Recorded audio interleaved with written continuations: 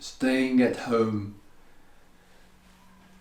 with a partner,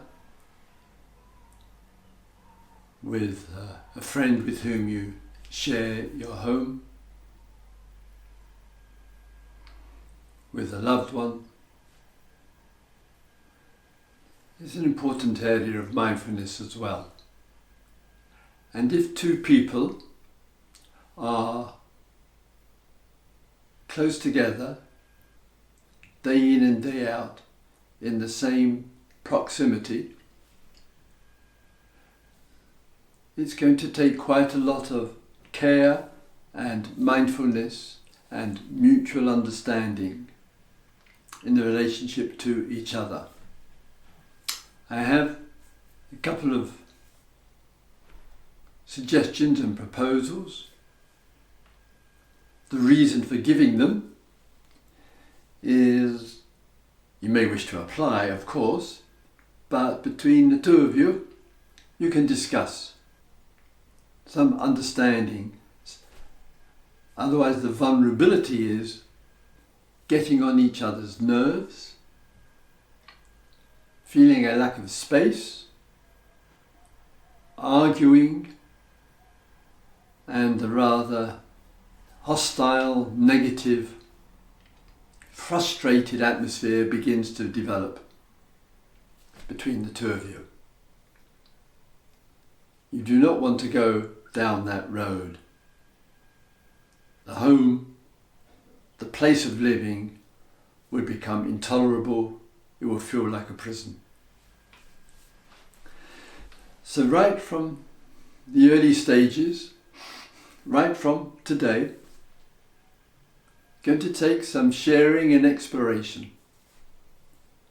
What I have in mind here, in terms of two aspects, it is the communications itself.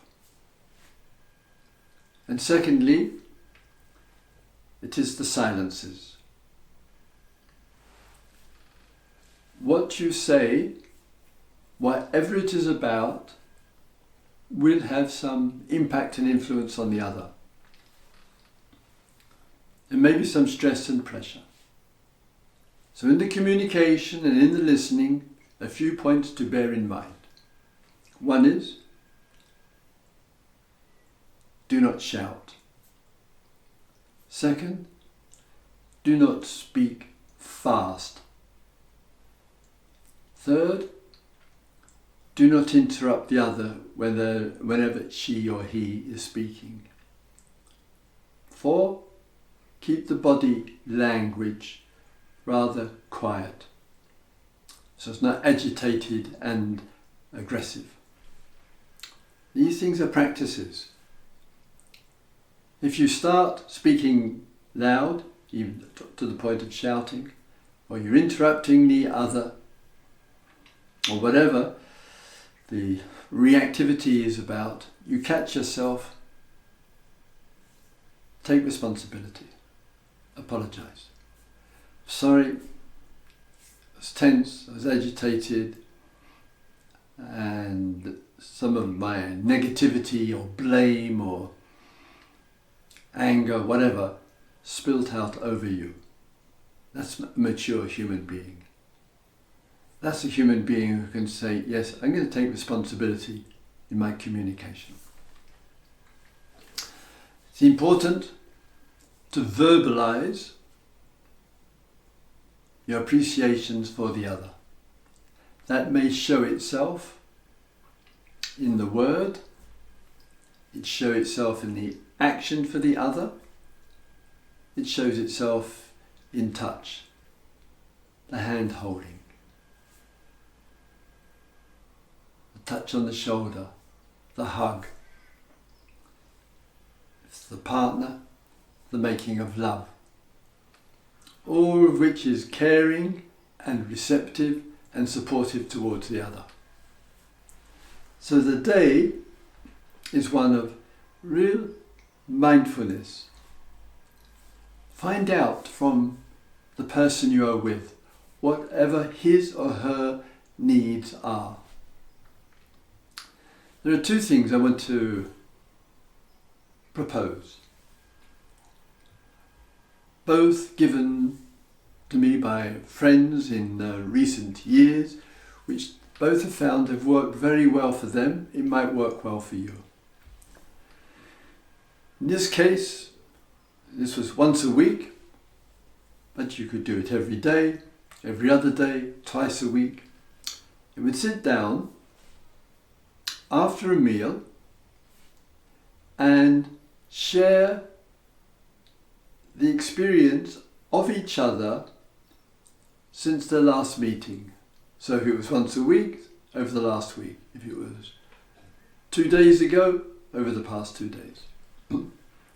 And firstly, what the partner appreciated in the communication with the other. What they enjoyed.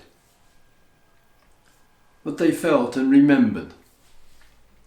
Which was appreciated, felt inside, it may have been communicated at that time, it could be re-communicated in the moment of sitting at the dinner table after the dinner and just having this quiet time together.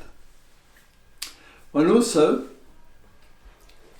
shares quietly in a non-blaming way anything which one found difficult, either what the other person said or didn't say, did or didn't do, and that kind of communication of just sharing it so that the other person is mindful that there's some reactivity or some agitation or whatever, and that will help to keep in touch with each other. There is the agreement with this that neither person will go back into the past.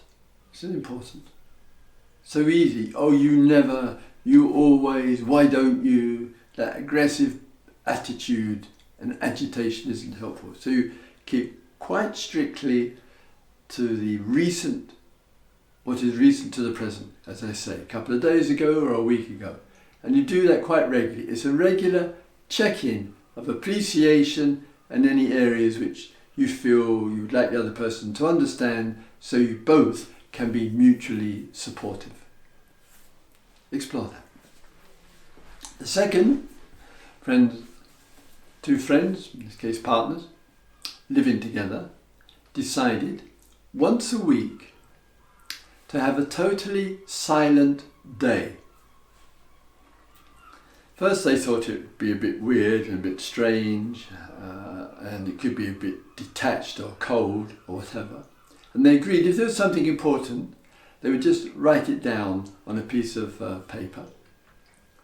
And just had a really quiet day. And the person said they kind of felt each other in a different kind of way. In terms of body language, the sensitivities, the respect for each other. And then at the end of that day, we just have a few minutes of sharing, or perhaps sometimes would go 24 hours. And after 24 hours, then have a short sharing. What was their experience of just meeting each other in the silence? And that meeting of each other in the silence really contributed to a different sense of each other. And sometimes with the meals and with the quiet activities, but also the whole day is silent. No television, no music, just living in the silence. And they would do that 1 day a week. It's a consideration. You might also, with the partner, discuss ways to be creative together, to be playful together, to make love together, to be creative. And other times you may be living with someone and she or he is your friend. You are there sharing the bills together and the space together, and that also requires a real respect for each other's space. You might have an agreement not to shout, not even to shout out, "Oh, dinner's ready." Perhaps to use a gong. Perhaps just to quietly communicate without raising the voice. So that there's a culture of kindness and friendship. And you're developing that together and can get to know and trust each other and the mutual support. So if you're mindful at home, spending many hours a day at home, then do give support to the one or ones who live with you. And really make that a time of mindfulness, of practice, of living with another in the same space and giving each other the space in the day. It's a great gift to give a person space and to share lovingly in the space as well.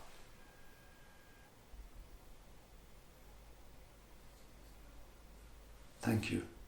Enjoy your communications. Love the space. Love the space you're both in. Love the space between you as well. Thank you.